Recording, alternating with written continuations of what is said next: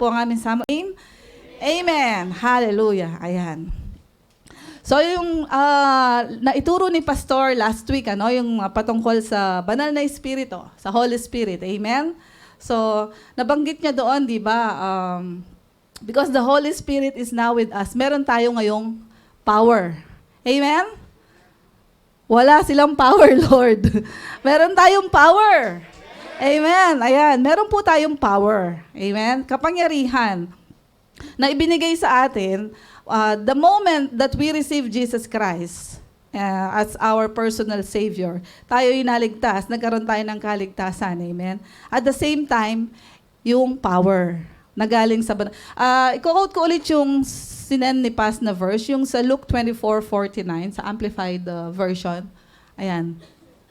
Di ba ang sabi dyan, listen carefully, I am sending the promise of my Father, the Holy Spirit, upon you. But you are to remain in the city of Jerusalem until you are clothed, fully equipped with power from on high. So ang sinasabi niya dito, as nabanggit ni Paz, power from on high is the Holy Spirit. So nasa atin ang banal na espiritu, wag mong iisipin na you're powerless. Minsan nararamdaman natin yon, di po ba? Yung parang wala kang worth, gano'n. No! We have been bought by the blood of Jesus. Hindi yan basta-bastang dugo, di ba? The ultimate sacrifice. The blameless lamb, di po ba? So, yung power na yon, actually, minsan nadidisregard natin. Parang ang Holy Spirit, di ba? Parang hindi natin siya minsan napapansin. But, ito yung pinadala ni Jesus di ba? On His stead, di ba? Pumunta siya sa God the Father, ang binigay sa atin ngayon, ang Holy Spirit. Sa panahon natin, we are more blessed, di ba? Mas may pinagpala tayo kasi may banal na espiritu. Noong panahon nila, di ba, physically nandun si Christ. Tapos ang nakakalungkot pa, physically nakasama nila si Christ pero hindi sila naniniwala. Amen? So mas mapalad tayo, sabi nga ni Jesus, di ba? Blessed are you who have not seen but believe. Di ba? So mas mapalad talaga tayo ngayon, gawa ng banal na espiritu. Dahil nasa sa atin siya. Sa ayaw mo at sa gusto mo, nasa sayo siya. Once you are a believer, once tumanggap ka kay Jesus, nasa sa atin siya. Kagaya nung napanood ko nga na preaching, kahit, nababanggit na rin ni Paz ito, kahit pumunta ka sa mga hindi maiinam na lugar, let's say sa mga lalaki, pumunta man kayo sa nightclub or sa angmang club, hindi naman naiwan ng Holy Spirit sa labas, di ba? Kasama nyo siya. Amen? Gumawa tayo ng kasalanan, intentional man yan o hindi intentional, kasama natin siya. Amen po ba? Amen. So, hindi nawawala ang banal na espiritu sa atin. Nasa sa atin siya. Same goes with the power na ibinigay sa atin. Yung power, nasa atin yon. Kaya lang, it's up to us na gamitin natin. Tama po ba? Parang yung laging inuulit ko na lang ang mga sinasabi ni Paz, binigyan ka ng regalo, kung hindi mo naman ginamit, walang saysay. Tama, no? You accepted the gift. Of course, yun ang unang gagawin natin, accept the gift. Kagaya ng salvation, we accepted. Pero kung hindi mo naman, pag ang gift binigay sa'yo, hindi mo ginamit, wala siyang mapapawalang bisa. So same with the Holy Spirit, nasa sa atin, hindi natin siya ina-acknowledge. We're still doing things on our own. Mapapawalang, andun siya, pero hindi mo siya yung benefits na dapat na-enjoy mo, na sabi ng Panginoon, I want you to have a good life. An abundant life, hindi mo na-enjoy kasi nga hindi natin na-acknowledge. Pero anyway, doon sa preaching ni Paz, tayo natutunan natin ulit na yes, the Holy Spirit is there for us. Binigay siya sa atin sa ating lahat. Amen? So yung power from on high na sinasabi nga is the Holy Spirit. Now, it will play a big part dun sa pag-aaralan natin ngayon. Na-display na kanina kung ano yung message natin for today. It's about our authority. Mind you, it's a believer's authority. So, ang makakaranas lang nito at ang makaka-exercise lang nito, yung mga tumanggap, yung mga naniwala, believer's authority, through the power of the Holy Spirit. So, we have that power and we have that authority, but it's through the power of the Holy Spirit. Amen? Lahat po ba tayo agree doon? Amen. So, bilang mananampalataya, it is important to, actually, hindi lang importante, it's imperative. Ayan, nalaglag, sorry. Parang nasa court. It's imperative. Parang talagang kailangan siya na malaman mo kung ano yung position mo. Amen? Sabi nga niyan, paano ka makakagalaw kung di mo alam ang position mo? So, as a Christian, as a born again, lagi natin sinasabi, born again Christian. Kasi hindi lang tayo basta Christian. Maraming Christian, pero yung may impact yung born again eh. Kasi nga, tayo pinanganak na mag-uli, di ba? Tayo new creation na. So, it's imperative to know kung anong position natin, o kalagayan natin. Ano ang position natin? Ito ang position natin. Di ba? Ano yan? I am a child of God, being led by His Spirit, living under His grace, and have the power to say no to sin. So, may power kasi tayo talaga. Gamitin mo yan o hindi, basta tumanggap ka sa Panginoong Jesus, nasa sayo yung power na yan. So ngayon, hindi mo ginagamit, well, hindi mo mararanasan yung mga nararanasan ng iba nating mga kapatiran na ine-exercise yung power na yan. Amen? So we have the power. So lagi natin yan, i-declare mo to every day. I-declare mo to every day, mabibuild up sa'yo yung confidence. Yung confidence na, yes, anak ako ng Diyos, wala akong dapat katakutan. Amen? Hallelujah. So I have the power to say no to sin. Amen. Doon naman natin gagamitin kasi yung power na yun eh. Hindi mo naman gagamitin yung power na yun to lord over your wife or your husband or to lord over your children or what. Hindi, yung power na yan, malalaman natin mamaya kung saan talaga siya, para saan talaga siya. Now, let's go back. Bago natin discuss yung believer's authority. The authority first was given to Jesus. Amen? So andyan ba yung verse natin na Matthew 28:18? Ayan, amplified. So si Jesus, siya mismo nagsabi dyan, di ba? Sabi niya, Jesus came up and said to them, ang kausap niya dyan, yung mga disciples, all authority, all power of absolute rule in heaven and on earth has been given to me. So siya mismo nagsabi. So Father God the Father, gave the power and authority kay Jesus Christ. Amen? So, binigyan siya ng authority. So, from Father God to Jesus. Amen? So, makikita naman natin yung authority and power ni Jesus, di ba? When he has his ministry dito sa earth, ilang years yon? 33 years siya, tama po ba? Tama ba? Yan. So, makikita natin yung authority niya, di ba? He drove out unclean spirits, di ba? Di ba nung yung mga disciples nasa sea, may storm na dumaan. Anong sabi niya sa storm? Baby, kalma. Sabi niya, di ba? Di ba sabi niya, in one lang kay Jesus, kumalma yung storm. Tama? Ngayon, tinempt siya ng devil sa desert. Di ba? Anong blah blah blah ng devil doon? But ano lang ang sinagot ni Jesus? It is written. Basta it is written. Lahat nakasulat dyan na walang makakatempt sa'yo, di ba? So, si Jesus Christ, and before nung nandun siya sa wilderness, anong nakalagay doon? Hindi ko lang nalagay yung verse, Jesus filled with the Holy Spirit, and he's being led to the wilderness. Doon siya na-tempt. So, he's filled with the Holy Spirit that time, kaya hindi siya matetempt ng devil. Amen? So, makikita natin yung yung authority ni Jesus. Kahit doon sa I think it's Luke, hindi ko rin nalagay dyan. Sorry, hindi ko nalagay, no? Luke chapter 4. Meron doon, nag-drop siya ng spirit. Tapos, ang daming tanong nung spirit, sino ka? Anong gagawin mo sa amin? Ikaw yung anak ng Diyos. You are the God. Anong sabi ni Jesus? Keep quiet. Parang gano'n, di ba? We can also do that. Kasi binigyan tayo ng Panginoon ng... Anyway, Jesus, sabi niya, keep quiet. Tapos, he drove the spirit out. Tapos, yung mga nakakita, sabi nila, di ba, who is this person? Who is this fellow? He has pag nagsalita pa lang, may authority. So, maririnig pa lang nila yung boses, the way he speak, may authority. Kasi nga, he's full of the Holy Spirit. Amen? So, ano pa ang mapapakita natin ng verse? Ayun, Ephesians 1:21-22. Ayan, babasahin lang natin yan kasi para ipakita na na si Jesus Christ talaga binigay ni Father God of power and authority to Him. So sabi diyan, far above all rule and authority and power and dominion. Tandaan niyo po yun, yung word na dominion. Whether angelic or human, and far above every name that is named, above every title that can be conferred, not only in this age and world, but also in the one to come. asa na? Ayan. And He put all things in every realm in subjection under Christ's feet. So, lahat.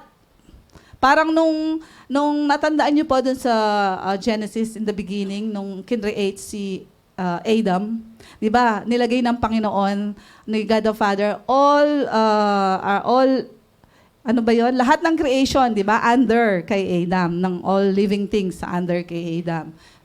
Ayun. So, ganun din dito sa verse na to, all things in every realm. So, kahit saan pa, universe, wherever, kahit sa multiverse pa, under yan under kay Jesus yan. And appointed him as supreme and authoritative head over all things in the church. Amen? So yan, pinakita lang po natin na ang kapangyarihan and authority is given to Jesus. Amen? Now this authority, this power and authority na kay Jesus, at tayo tumanggap kay Jesus, and we are declaring Jesus is in us, with the Holy Spirit in us. So anong meron din tayo? Meron tayo kung anong meron si Jesus. Amen? So Jesus, this authority that He received from the Father, now gave this authority to us. Sabi dun sa bakit nakalagay dito? Luke. Race. Luke 10, ayan, 19, sa Amplified tayo. Ang nagsasalita dito si Jesus din. So sabi niya, listen carefully. I have given you authority that you now possess. Tama? Amen. Bakit? Kasi nasa atin na si Jesus, di ba? We, one day in our life, we accepted Him as our Savior. Amen. So nananahan na sa atin siya at ang banal na Espiritu. So I have given you authority that you now possess. Sabi niya, no? Doon muna tayo sa, doon muna tayo sa that you now possess. Nafe-feel mo ba na may authority ka, may power ka? Are you exercising it? I mean, sa paanong paraan kasi minsan tayo kahit minsan alam natin yan, Jesus gave me the authority. Pero, hindi ako qualified eh. Or pagpe-pray, let's pray, mag-pray na tayo ng food. Magtuturuan na tayo. I'm not saying, alam natin ang mag-pray, kaya natin.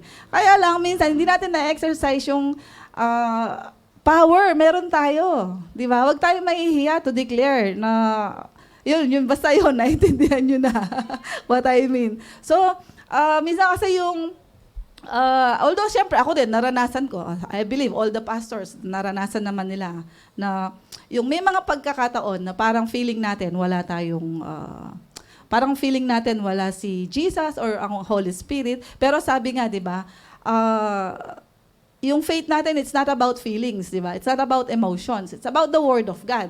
Amen? Huwag kang, feel ko ngayon, hindi ko makasama si Lord. Feel mo yan o hindi, kasama mo siya.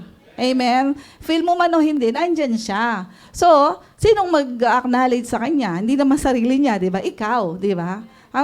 Lord, parang wala ka parang hindi kita maramdaman, parang ganon. Sinong magpaparamdam sa Kanya sa'yo kung hindi, ikaw din lang. You have to acknowledge. Kaya ngayon nabanggit natin kanina, you have to declare it every day. Build your confidence on the Word. Pag dinideclare mo yan araw-araw, mabibuild yan sa'yo na ang salita ng Panginoon, kailangan mo yan araw-araw. There is not a second in our life na hindi natin kailangan ng Panginoon. Amen? Because, di ba, sabi ng Bible, apart from Him, you can do nothing. Amen? Tama po ba? Oo, may magagawa naman ako kahit wala si Lord eh. Yeah, yung mga simpleng bagay, mga basic yun eh. But we're talking about here, about the power of the enemy. Tuloy natin, sabi niya, di ba, I have given you authority to tread on serpents and scorpions and the ability to exercise the authority. May ability naman tayo to exercise. Hindi lang natin ginagawa talaga. Tamad kasi tayo minsan, ano? Sino po ang tamad dyan? Amen. Ako din po, tamad minsan. Pero I mean, of course, nangyayari yon. Pero praise God, kahit tinatamad tayo minsan, hindi pa rin natatalo ng kaaway. Hindi pa rin nakukuha ng devil na, wag ka nang umate, diyan ka na lang, Netflix and chill ka na lang. Tapos minsan, nga no, pero hindi. I declare, I rebuke that daya ng kaaway, di ba? Yun ang power natin. Rebuke the devil. Kaya mo yun eh. Rebuke mo siya. Kasi binigay sa'yo ni Lord yun eh. So, ang sabi niya, the ability to exercise authority over, asa na yun? Over all the power of the enemy, which is Satan. Di ba? Overall. So, ibig sabihin, may power ang enemy. May power naman talaga ang enemy. Anong power niya? To deceive you. Diba? Sabi nga, kabilaan yan sa tenga. Sasabihin niya sa'yo dito, wala nang kwenta yung buhay mo. Or, walang ka ng work. Ay, mahirap humanap ng work ngayon. Sabihin mo, gaya ng ginawa ni Jesus, be quiet. Diba? Yung ganon. Sinasabi ng Bible yun eh. Kung naniniwala ka sa Bible, it's the Word of God, you have to do it. Diba? Get behind me, Satan. Diba? Yung mga gano'n. So, ang sinasabi natin dito, yung authority na binigay sa atin, gagamitin natin sa kaaway, which is the devil, which is yung dumating lang siya to kill, steal, and destroy. Alam natin yon, di po ba? So, anytime na meron siyang dinideceive sa'yo, ano mo na agad siya? Rebuke mo na agad, di ba? Keep quiet, parang gano'n. Magtigil ka, di ba? Hindi mo ako, ngayon, di mawawala siya dito. Pamaya, darating na naman dito sa kabila, di ba? Yun kasi ang trabaho niya. So, it's up to us, pag ine-entertain natin yun, nagiging madali yung trabaho niya. Di ba?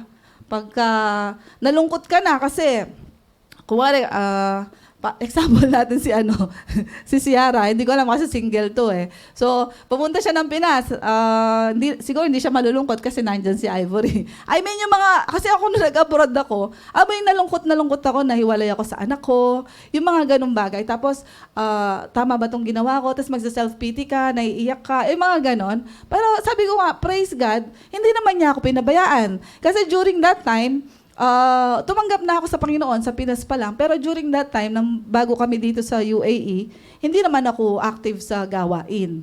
So, yun lang, magpe-pray lang pag bago matulog, tapos get on with the day, daily routine, whatever, yung mga ganon. Pero praise God, hindi naman niya ako pinabayaan. Amen? So what more kung pero meron akong na-miss doon. Alam niyo ba, may mga na-miss ako. Bakit? Kasi kagaya niyan, hindi ko pa masyadong naintindihan noon, may authority pala ako. So may mga nagdaan na araw na malungkot ako, na nagkaroon ako ng mga negative thinking na hindi naman pala dapat. So I missed that opportunity. Na hindi ko pala dapat nararanasan yon. Amen? So, lahat ng mga bagay na hindi mainam na naranasan ko, I missed that opportunity na hindi ko pala dapat nararanasan. So praise God, nagkita ulit kami nila pastor and pastora, and then bago natayo ang Wave, nag-start kami nag-a-attend sa ibang church. So ayun, nabuhay na naman ulit yung tinanggap ko sa Pilipinas, siya rin naman yung Diyos na nasa UAE. Hindi ko lang siya in-acknowledge. Amen? So yun, so bigla yung word, di ba sabi ng Bible, the word is alive and active.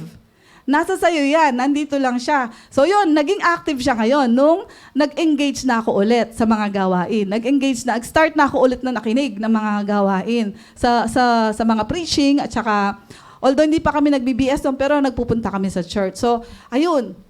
Anyway, yun nga, sabi ko, you miss the opportunity. Eto kasi, once you receive Jesus, of course, you are saved. No matter what you do, you are saved.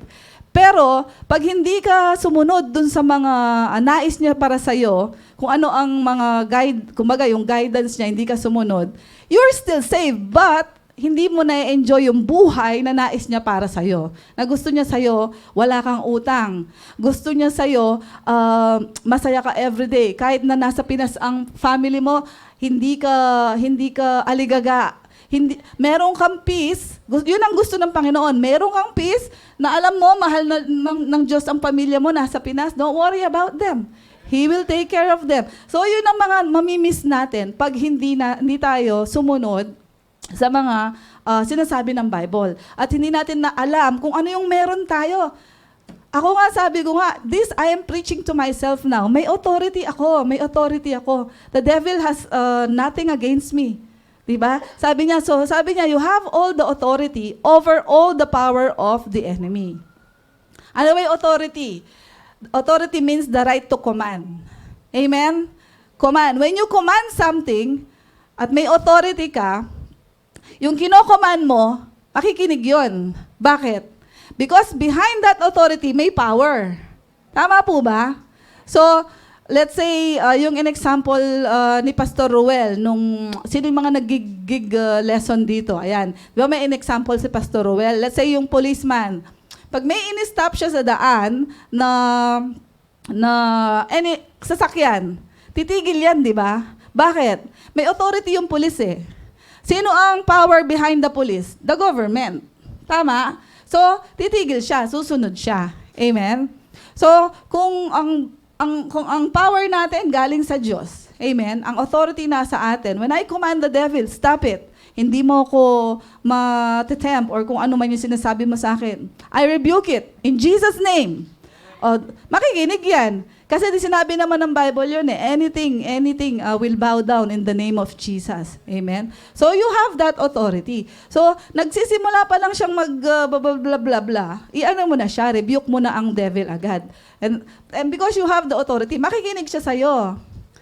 Pero hindi ibig sabihin na mawawala siya. Babalik at babalik yan kasi nga yun ang trabaho ng devil. Amen. Pero minsan dahil sa hindi pa siya nag-i-start, nare-rebuke mo na, ay mag-aano na sa yan. Sabi, ay wala akong mapapala dito. Sa iba na lang. Amen. Mas, parang ang layo mo pa, yung aura mo na ano na niya, nafe-feel na niya. Yung umaga pa lang, ang lakas na ng ano nito, ang aura niya, di ba? Hindi ko na alayas na yan. Pero it doesn't mean hindi siya babalik. Babalik pa rin siya. But praise God, takot na nga siya nun sa'yo eh. Amen? Kasi nga, lagi mo siyang nare-rebuke. Amen? So your authority will not function or will not be effective without the power behind it. Kaya nga, let's say hindi ka believer, hindi mo alam na may authority ka. Kasi nga, the irony, di ba, kamukha yung diniscuss natin kanina earlier, believer na tayo, minsan nakakalimutan pa nga natin na tayo may authority. Amen? What more yung mga hindi pa may alam. So, they are fighting battles na doon sa paraan na alam nila. Amen? Kasi ang battle natin, tayo mga believer, the battle is not really yung battle na, di ba sabi ng Bible, may verse ba tayo doon? Yung sabi niya, the battle is not between flesh and blood, di ba? The battle is in the mind. So we have to be careful what we are putting in our mind. Kung kapag thoughtlessness minsan delikado kasi kung ano-ano lang naisip mo and then boom, decision agad, boom. Tapos wala, di ba? Walang wisdom from God. Amen? Anyway, so yon, we have the authority from God to to tread on serpents and scorpions. Itong mga serpents and scorpions na to, ito din yung mga like problema, kung ano mang hinaharap mo ngayon, you have the authority to go over them. Amen? Kasi you have the ability to exercise. Amen? So yun nga po, pag binigyan ka ng authority ng Panginoon, hindi naman yung binigyan kita ng authority, bahala ka na. Hindi, may power yon. Amen? Hindi lang basta-basta binigay ka niya, tapos may power yon. Amen? The authority or power we have been given is over all the power of the enemy. Ayun. So, ang power lang ng enemy is to deceive. Diba? Alam natin yan. So, anytime na may marinig ka na hindi na ayon sa gusto ng Panginoon sa buhay mo, it's not in line with the Word of God, wag mo nang entertain, rebuke mo na agad. Kahit sino pa nagsabi sa'yo, kahit nanay mo pa, asawa mo pa, pag alam mo, kasi alam mo na kaya nga ito ang importante, bilang mananampalataya, is we feed our spiritual life ng salita niya. Lagi tayong pupunuin. Yun nga lang sinisave sinisend ni Madam Monica every day. It's enough for us mag-meditate dun sa verse na yon. Thank you, Madam. Lagi siya nagsisend. Yun lang, it's enough. Meditate mo yung word na yon. And then, kargado ka na for the whole day. Amen? Kahit ano pang mangyari sa trabaho mo. Ngayon, ang hirap ng transport, di po ba? You will battle 2 to 3 hours pagsakay papunta. What about yung pabalik, di po ba?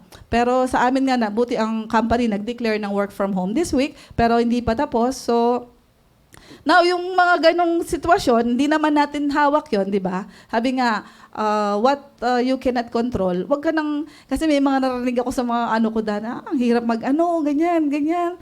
Wala tayong control dun eh, di ba? May nangyari doon. So might as well enjoy the journey 'di ba? Thank God, may trabaho ka pang pinapasukan, although mahirap, it's only temporary, di po ba? Hindi naman forever, wala ng 4 stations, di ba? Or titigil lang metro from a certain point. Hindi naman yan forever, di po ba? At saka yung mga ganyang bagay, hindi na yan, it doesn't matter to us, believers, di ba? Basta importante, may work ka, God is with you, alam mo, poprotektahan ka niya. Nothing else matters, amen? Ayan, so nasaan na ako? So, exercise natin yung authority. Exercise your authority over sickness. Amen? May nararamdaman ka. Hindi. Ang sabi ng Panginoon, in that cross, kinuha niya na lahat ng karamdaman. Amen? Exercise your authority over kung meron kang problema sa finances. Meron bang imposible sa Diyos? Wala, di po ba? Tawag dito, mitingin mo ulit ang sarili mo. Sa buhay ko, looking back, may mga nangyari ba sa buhay ko na pinabayaan ako ng Diyos? Di ba? Ikaw makakapagsabi niyan. Ako, looking back, wala siyang ginawa sa buhay ko, kundi lagi niya akong pinoprotektahan. Hindi ko lang siya na-acknowledge before, but looking back now, Lord, ikaw pala yon. Thank you, Lord. Nung hindi pa ako naniniwala sa'yo, minahal mo na ako. Nung wala pa akong relasyon sa'yo, niligtas mo na ako, di ba? So what more ngayon na alam mo na, oh Lord, maraming salamat. Kaya nga ngayon, OA na kung OA. Anything, everyday. Matakid ka lang, thank you Lord, hindi ako nasaktan. Alam mo yung mga ganon? So yung declaration mo ngayon everyday, iba na. Hindi na yung pambihirang buhay to, wala na yon. Praise God. May nakakapagsabi pa ba sa inyo ng ganon? Yung pambihirang buhay to? No. Hindi pambihirang buhay na to. Mapalad tayo, amen? Na tayo ngayon naririto, meron tayong Holy Spirit sa atin na gumagabay sa atin. But we have to respond. Kailangan natin mag-respond. May power. Kung hindi ka magre-respond, paano tawag dito? Paano yun ma-exercise? Wala, di po ba? So, kailangan natin mag-respond dun sa power. Sasabihin mo, Sis Kat, hindi ko kaya eh. Hindi ko kayang gawin yun eh. Yung, minsan ang hirap eh. Like, kunwari, patawarin mo na yung tao na to kasi ang Diyos nga pinatawad ka, tapos niligtas ka. Hindi ko kaya, ang hirap eh. Ay, hindi mo talaga kaya kung ikaw lang. Amen? Kailangan kasama mo siya, 'di ba? And of course, sabi ng Panginoon, 'di ba? Hindi naman tayo iniwan ng Panginoon eh, lagi siyang nasa atin. Ang dami nating verses na pinangahawakan. Never will I leave you nor forsake you. Totoo po 'yon, 'di po ba? So, kaya nga na sabi natin kanina, saan ka man magpunta, hindi siya nawawala sa iyo. Kahit na gumawa ka ng kasalanan, it doesn't mean na iniwan ka niya. Amen? O di po ba, napakabuti ng ating Diyos? Amen. Okay, so yun, nasa na tayo? So Satan or sin has no more authority over you. Wala na. Sickness, wala nang authority sa iyo yan. Mag-ingat ka lang sa mga kinakain mo, di ba? Minsan kasi alam mo naman na bawal, huwag mo nang kainin. Tapos, hindi, binless na ni Lord to eh. Di ba? Yung mga chicken skin, ayan. Masarap kasi, no? Hindi, I mean, we know kung ano ang makakabuti sa atin. God knows kung ano makakabuti sa atin. So, makinig tayo sa Panginoon. Amen? So, asan na ba yung next verse ko? Ayan. Asan na tayo? Bro, ano yung next ko dyan? Ayan, di ba sabi dun sa, ito na yung sa Acts nung, di ba si Jesus, pumunta na siya sa langit. Tapos, sabi niya kasi, you will receive power and ability when the Holy Spirit comes upon you. So, siya mismo nagsabi, talagang pag pumunta na sa atin, ano nangyari din kina Peter, di ba? Ano ba yun? Yung tongues of fire, di ba? Pumunta sa kanila. Tapos si Peter, full of the Holy Spirit, di ba? Tumayo siya doon. Tapos, nagsalita siya sa karamihan. So, kung hindi siya full of the Holy Spirit, wala siyang confidence na magsalita sa maraming people about the Word of God, di ba? So, asa na yun? Teka lang po. Ayan. You will receive power and ability when the Holy Spirit comes on you. And you will be my witnesses to tell people about me. Eto na yun. So, minsan kahit hindi natin sinasabi sa iba, let's say, nagsishare. The way you live your life, ito na, isa na to sa pag-tell people about God. Tama po ba? Pag nakita ng tao how you live your life, at alam nila na ikaw ay born again Christian, So, yun pa lang nagpipreach na sa mga tao, even if you don't tell them. Tapos, siguro may mga na-experience kayo, mga kaibigan, no? Nakita nila how you live your life from here to here. So, mag-wonder sila, may nagbago kay kapatid. So, may nangyari na po bang ganun sa iyo? Tapos approach nila kayo, pwede ako sumama. Ganun. You don't need to invite them. Sila mismo, mag-approach sa inyo. Pwede, kasi gusto nilang maranasan yung nararanasan mo. Kasi nakikita na nila ngayon eh. Dati laging nakasimangot to, laging galit. Pero ngayon, alam ko may problema to, pero tinamo, hindi ko man na-feel na may problema siya. So nakikita nila yung pagbabago. Amen? Tapos makikita na nila na may authority ka over the enemy. Amen. Nasaan na tayo? Ayan. So yun po, wag mong iisipin lagi na, Lord, am I worthy? Diba? Lord, yun nga, hindi ako qualified. Parang, kasi minsan nagdadasal tayo, Lord, parang hindi, ibig sabihin, hindi mo pa naintindihan. But we are not like that. We are already, kung hindi ka worthy, mamamatay ba siya para sa'yo? Amen. Kung hindi ka worthy, we are all, sabi nga dun sa Hebrews ba yun, o Ephesians, while we were still sinners, namatay siya para sa atin, para iligtas tayo. Tapos sabihin mo sa sarili mo, hindi ka worthy. No! We are worth it. Yun. Hindi tayo not worthy. Ano tayo? We are worth it. So anong klase bang power yung sinasabi natin kanina na may power na nagbigay ng authority sa atin? Pwede pa palagay bro dun sa Ephesians 1:19 to 20. I think hindi ko nalagay dyan.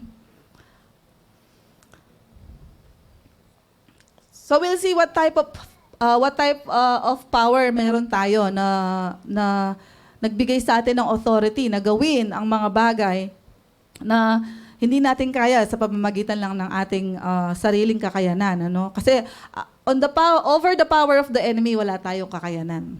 Amen? Si Satan, hindi mo yan matatalo na ikaw lang. Kasi yung temptation ni Satan sa atin, it's more on the flesh. Bago tayo naging born again, we're living in the flesh, tama? So, syempre, na-enjoy natin. Let's say, naging born again ka, 30 plus years ka na. So, from below that, ang dami mong na-enjoy as, dito sa mundo, na mo na-enjoy. Siyempre, pag doon kanya kinuha, bibigay ka, di ba? O nga, mas nakaka-enjoy dito. Dito na lang ako. Amen? Andiyan na po ba? Ayan. Sabi dyan sa Ephesians 1:19 to 20, and His incomparably great power for us who believe, that power is the same as the mighty strength He exerted when He raised Christ from the dead. See, yung power na yun yung power na nabigay sa atin na bumuhay kay Jesus Christ. Imagine anong klaseng power yon? Nagigets niyo po ba ang ibig ko sabihin? Anong klaseng power yon? It's powerful. Di po ba? Kasi ni-raise niya si Jesus Christ after 3 days, di po ba? That same power is yun yung binigay sa atin to exercise our authority over the devil. Huwag po natin kakalimutan yun. That power is not simple power. Hindi yung simple-simpleng power na magic tricks. Di po ba? Na mga cards. Hindi yun ganun po. Ayun. And then, dun po sa Hebrews 13:5, kaya sasabihin mong, Lord, hindi ko kaya eh. So, hindi mo talaga kaya kung hindi mo siya kasama. Diba? So, dun sa, nasabi natin kanina, dun sa, apart from me, you can do nothing. Diba? Sabi doon ni Jesus, I am the vine, you are the branches. Di po ba? So, hindi mamumunga ang branch kung hindi nakasugpong sa vine. Tama? So, apart from me, you can do nothing. Which is true. Apart from me, you can do nothing. Pero, hindi ka naman laging nag-iisa, di ba? Hindi ka nag-iisa. Kalagi mo siyang kasama. Tama? Kasi nga, nasa sayo na siya. So, apart from me, you can do nothing. So, but, sabi po dyan sa verse, sa Hebrew, keep your lives free from the love of money and be content with what you have. Because God has said, never will I leave you, never will I forsake you. Di po ba? So, hindi niya tayo iniiwan. Lagi siyang nakakasama natin. Yun nga, lagi natin inuulit. We have just to acknowledge His presence. Now, dito nakabanggit, no, keep yourselves free from the love of money. Hindi niya sinabi ditong wag nating gustuhin ng pera. Hindi, kailangan nating pera eh. Kaya nga yan na-create. Kailangan natin ng pera. Pero ang sinasabi niya dito, love of money. Kasi yung love of money, pag yan hindi mo na control, nagiging greed na yan.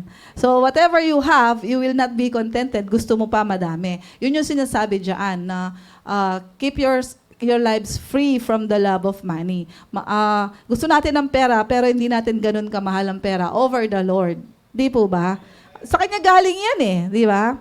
Pagka kailangan mo sa finances, san tayo dinideclare natin ang Kanyang word. Ito pa ang isa regarding sa authority. When we do pray, hindi na tayo yung nagpe-pray ng Lord, bigyan mo ako ng ganito. Lord, yung office mate ko, ano siya? Pambihira siya. Lord, baguhin mo siya. No, we don't do that. We don't tell the Lord what to do. Bakit? Kasi He gave us the authority for us to do that. So, ang prayer natin ngayon, hindi na, Lord, I thank you. Kung ano man yung, ang sabi mo sa iyong salita, hindi mo ako iiwan. So, whenever I deal with this person, kasama kita. So, when I deal with this person, I deal with it through, in line with the word. Yung mga ganon. So, hindi babaguhin ni Lord yung kasama mo. Ikaw ang mababago. The way you speak with them or the way you treat them. So, ikaw ang mababago. Or Lord, I have this situation. Lord, baguhin mo tong sitwasyon ko. Nahihirapan ako. Amen? Hindi yun babaguhin ni Lord. Ang mababago, ikaw. Amen? Kasi now, the way you approach that situation would be in line with His word. Mag-iiba ngayon. Amen? So, hindi babaguhin ni Lord yung sitwasyon na yon for you. Kasi, para babalikan ka pa ni Lord, binigyan na nga kita ng authority to do that eh. Tapos ngayon sasabihin mo sa akin, Lord, gawin mo to, Lord, gawin mo to. No! Parang gano'n ang babalik sa'yo ni Lord. I gave you the authority. Diba? O Lord, si Taning, ginugulo niya ako, hindi ko ma-resist. Eh diba, sabi ni Lord, submit yourself to God, resist the devil, and he will flee. So, hindi siya mag-flee kung hindi mo ni-resist. Ano ibig sabihin ng resist? Ano bang meaning ng resist? Parang physically baka ka, di ba? So, kung hindi ka magre-resist, hindi yan aalis, tama? Pero, before yung resist, ano yung una? Submit yourself to God. Because you cannot resist the devil unless you submit yourself to God. Amen. Wala kang power na i-resist yung devil pag hindi mo in-exercise yung authority na binigay sa iyo ng Panginoon. Amen, Noah? Amen. Ayan. So yung authority nito, it's time for us to exercise. Amen. Hallelujah. Hallelujah. Ayan, nasa na tayo. So, yun nga, minsan bakit tayo na-focus or parang feeling natin powerless tayo? Kasi na-focus tayo sa situation.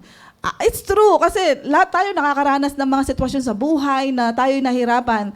And for a moment, talagang na-focus ka, so anong gagawin ko na dito, Lord? Mga ganon, ano? Tapos feeling mo yung nalalata ka, lalo na pag yan mga with regards to family, di ba? Yung mga family. Kasi important, ang family, yun ang pinaka-close sa atin ang family. So if something happens to family, talagang yun ang medyo sa atin. Pero praise God, hindi na tayo yung dati na, yun nga, feeling powerless. Hindi, powerful ako. Sabi ni Lord, di niya pababayaan ang pamilya ko. Di niya pababayaan. So we claim that. We declare that. So whenever we speak now, whenever we pray, hindi na yung humihingi ka. Binigay na niya lahat eh. Di ba dun sa cross, sabi niya, lahat nandun na, kinuha niya yung lahat ng sakit, so wala nang sakitan karamdaman. Yung mga nararamdaman natin ngayon, it's caused by something else in this world.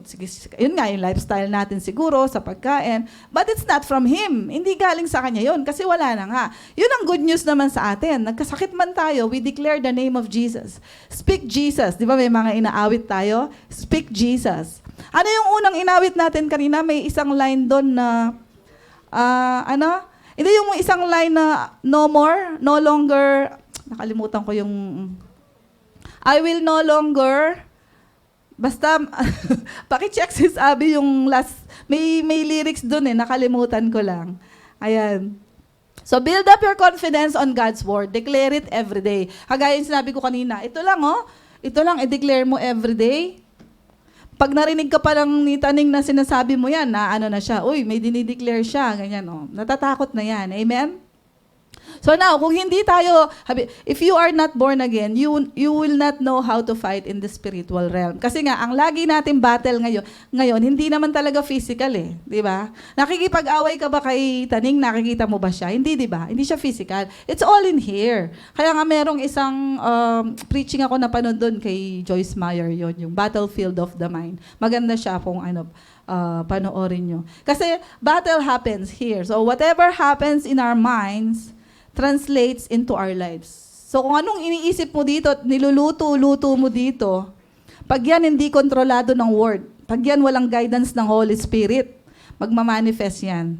Magta-translate, no? Therefore, how we think determine whether we will win or lose. Amen? So kailangan ng ating kaisipan, kagaya ng sinasabi ng Romans 12:2 na inuulit-ulit natin, be transformed, di ba? Do not be transformed in the pattern of this world, but be transformed by the renewing of our mind.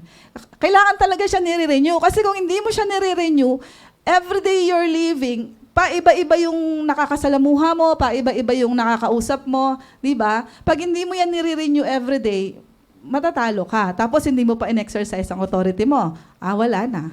Di ba? So, wearing God's word like an armor to protect us is the key to winning a spiritual warfare. Spiritual warfare kasi siya talaga. Hindi siya nga yung physical na nakikipagbuno ka. So what's the key to win over the devil or victory over the devil? To exercise this authority and to know this power na meron tayo. It's our relationship with God. Amen? Yung relationship mo kay God, yun ang wag mong hahayaang mawala or wag mong hahayaang makuha ka ni Taning dun sa relasyon mo na yon. Because that relationship with God, yun ang pinaka-importante sa buhay natin. Of course, your relationship with your husband, wife, your children, family, of course, those are important. But yung relationship mo sa kung kanino man, hindi yan magiging maayos kung ang relasyon mo sa Panginoon hindi maayos. Amen? At pag ang relasyon mo sa Panginoon is intimate as in yung, alam nyo, ibig sabihin ng intimate, di po ba? Ibig sabihin, lahat ng word niya alam mo, lahat ng word niya sinasa puso mo, and you're living them. You're living them. Ang Bible, nandyan, libre. So lahat ng salita niya, we have to live them. Kaya nga yung build up your confidence. Sabi mong hindi ko kaya. Yung mga, tayo nga ngayon, yung mga dati pinagpe-pray mo, ayaw mag-pray, nahihiya. But now they have the confidence. Now they have the boldness to pray, di ba? Mag-i-start dun eh. Dati ayoko rin nagpe-pray. Tapos hindi rin ako makakatayo sa harap. But here I am, praise God. Sa mga BS, hindi rin na makapag-exhort before. But nakakapag-exhort na tayo ngayon, di po ba? Sino pang hindi nag-exhort sa BS? Nakapag-exhort na lahat, di ba? So, before we don't do that, pero ngayon we have the confidence. Bakit? Kasi puno na tayo ng Word of God. And we are living the Word of God. Pag you're living with the Word of God, situations won't matter. Kahit ano pang ipukol sa'yo ng kalaban, mararamdaman mo yung sakit, yes, because we have this emotion, pero you will not dwell. Hindi ka magdudwell doon. Kasi alam mo, and because you have the peace of God di ba? The peace of Jesus nasa atin siya. So, alam mo yon, I'm not saying, ay, Scott, siguro kasi wala kang pinagdadaanan sa buhay. No, meron po ako. Lahat tayo meron. You don't know the battle I'm fighting. I don't know the battle you're fighting. But one thing is for sure, we have our God who's fighting for us. Amen? Lahat tayo, iba-iba ng pinagdadaanan. Hindi mo sabihin, easy lang yung kay sister. No, you don't know. Hindi mo alam kung anong pinagdaanan niya. Or yung kay brother, you don't know. Kaya nga yung relasyon natin sa Panginoon, personal. Amen? Personal siya. Hindi siya kagaya ko, ako, anak ko, parang, ay Lord, ano ko si Beck, ganyan. Hindi, it's personal. I cannot tell the Lord God na, Lord, save mo yung anak ko. What I can do, I will introduce the word sa aking anak. I will introduce God na, ayun, and then, She will decide, ayun, di ba? Yung mga ganon. So let's start introducing God sa ating mga pamilya na hindi pa tumanggap. Kasi naranasan mo, alam mo, safe ka, alam mo, the way you deal with life now, it's different. So gusto mo, siyempre, maranasan ng family mo yon, di ba? Gusto ko, ang nanay ko, tatay ko, mga kapatid ko, kahit sino pa, pinsan, kaibigan, ayan, gusto ko maranasan din nila yung nararanasan ko. Amen? Actually, sinabi naman ng Bible, di po ba? Balik natin dun sa Matthew, ano yun bro? 28 ba yun? Ayan. Go therefore and make disciples of all nations. Help the people to learn of me, believe in me, and obey my words. Hindi lang naman yan sa mga disciples applicable sa atin din po na tayo, yun nga kanina, first, the way we live our life, yun na yung parang we are preaching to them. And then, still, we have to encourage no, yung mga kapatid natin na hindi pa nakakakilala sa Panginoon. Or, kilala nila na may Diyos, alam nila na may Diyos, but still, it's different, di ba, pag may relasyon sa Panginoon. Amen? Na ako noon, natatandaan ko nung bata ako kasi I started going to born-again Christian church, I think high school. So before that, nagsisimba lang ako dun sa dating pananampalataya and I don't even know how to pray, yung totoong pagpe-pray. Basta, ang alam ko nga lang nung puro hingi. Lord, gusto ko ng ganito. Lord, gusto ko, hindi ko alam. So praise God, we are fully blessed at talagang tayo totoong pinagpala. Dahil ngayon, na-introduce tayo sa ganitong pananampalataya. And the Word of God is, ang tawag dito, na-introduce sa atin. Amen? Kaya mapalad tayo, may mga nagtuturo. Di ba? May mga, yung ulit ni Pastor, may nagtuturo, at may nakikinig, may natututo. Pag may natututo, may nagbabago. Yun, lagi ko yun inaano din sa akin. Pag may nagbabago, di ba? Di bless, di ba tayo? Pag nabago ka ni Lord, I don't think gusto mo pang bumalik sa dati mong pinanggalingan. Maybe, once mababalik ka, pero I don't think it will be on your own intentional, yung parang, hindi, mas gusto ko yung dati. I don't think hindi. Siguro na ka lang, na nadala ka lang, or hindi mo inano yung word ni God, at tapos na-deceive ka ni devil. But I don't think when you receive Jesus, naranasan mo yung kabutihan niya, naranasan mo yung pagmamahal niya, hindi mo yun ipagpapalit dun sa dati. Tama po ba? Ngayon pa na alam ko na may power ako. Ngayon pa na alam ko na I have the authority over the power of the enemy. So walang any situation na makakapagpabagsak sa akin, na makakapagpalungkot sa akin. Kuwari, minsan may nabalitaan ka sa Pinas, may nangyaring ganito. Kagaya sabi natin, when it comes to family, masakit sa pakiramdam. But, yun nga, meron tayong kapayapaan na nanggagaling sa Panginoon. Amen? Kung, let's say, may nawala sa buhay, mahal sa buhay na nawala, we're not happy na nawala sila. What we're saying is, mayroon tayong kapayapaan na sila ngayon ay kasama na ng ating Panginoon. Amen? At yung kung ano man yung naghirap sila nung bago sila nawala, at least ngayon, they are at rest. So, yun yung meron tayo na wala sa mga hindi nakakakilala. Di po ba, sa napakainam na malaman na, oo nga, nararanasan ko to ngayon. Isipin mo na lang, paano yung mga hindi nakakilala? Ano kaya ang dinadanas nila? Whenever they encounter these types of situation, walang trabaho, nauwi ng Pinas, kung wala siyang hindi siya nakakilala, hindi niya alam ito. Ngayon na pinag-aaralan natin, how he will fight the battle. So, he will fight the battle on his own. Magpapagal siya. Malulungkot siya, magkakaroon siya ng depression, bakit nangyari to? Or magpapagal siya, kayod siya ng kayod. Alam mo yung mga ganon? There's nothing wrong with that kasi tayo nagtatrabaho. But what I mean is, wala yung kapayapaan sa kanya. Wala yung comfort na alam niya na meron siyang kasama kahit wala siyang physical na kasama na kahit mag-isa siya sa room.